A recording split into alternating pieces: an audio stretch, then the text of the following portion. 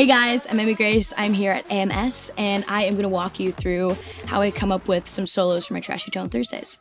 So for this, basically, main things, I don't want to crowd at all the beat, because I really like the horns, like how that's all coming in, but I also want to make it like hectic and crazy. I would think like, what can be like a big like shocking way to come in with a bang? How I originally started with was like a big like, and then I went into a run, but I think I maybe want to start it with like a big bend, like a... So what I think I'll try and do is hit all of the different marks. That's usually what I'll try and do. So all of the big moments in the song, I'll try and hit with either like a bend or a run or a solo or a lick, like something like that. Because it starts so low. I'll start with something high. So I'll do like a...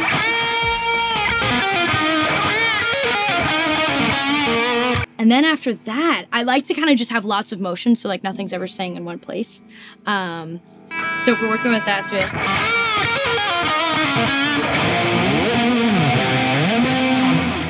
could sound pretty cool. I have like different names and words for like different things that I like to do. So when something's like really chromatic, I'll call it reptilious, like a little reptile like slithering about. So for this, I think it would be really cool to do lots of stuff like that. So for me, something like be like very like reptilious is what I would call that. I mean, like all my producer friends always laugh because it's just like, I'll be like, that's not reptilious enough. Then maybe for the second big hit in the song, then I go into something like...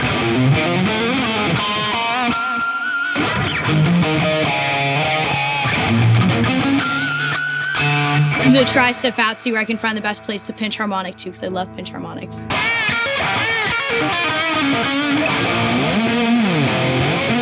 So sometimes too what I'll do is like hear it back and just riff around a lot, and then sometimes I'll come across something crazy where I'm like, oh my gosh, like that's literally perfect. So another thing I always do is I'll tune down the low E to whatever the key is too. And that's sometimes a fun way for me to end it too, is I'll just like take it down and go with the whammy. So between all of that, usually I'd listen to like whatever I've come up with and I'll be like, okay, what stays and what goes between all of that stuff, and then I'll usually combine it into one thing. And sometimes the most fun part about these is sometimes I just record and I'll just rip a take with any idea that I might have, and then that just ends up being the thing, and I'm like, okay, like I guess that's just what I'll go with, and I'll listen to it back, and even if it has a few like bad notes, I'll just go for it.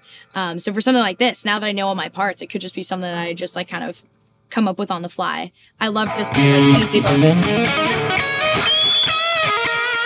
If I could do a pinch harmonic on that, it could be really cool and like sound really like big.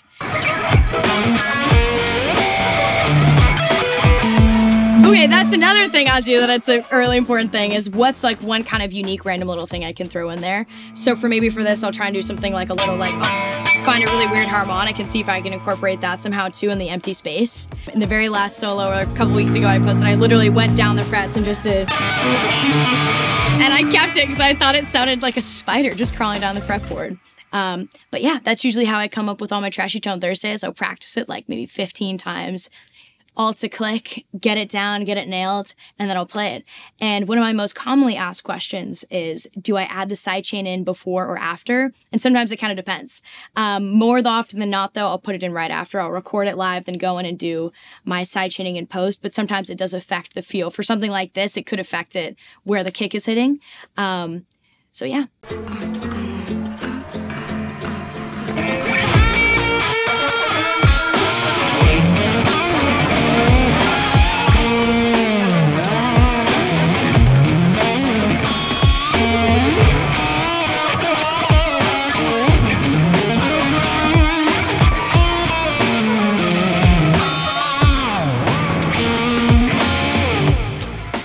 Awesome.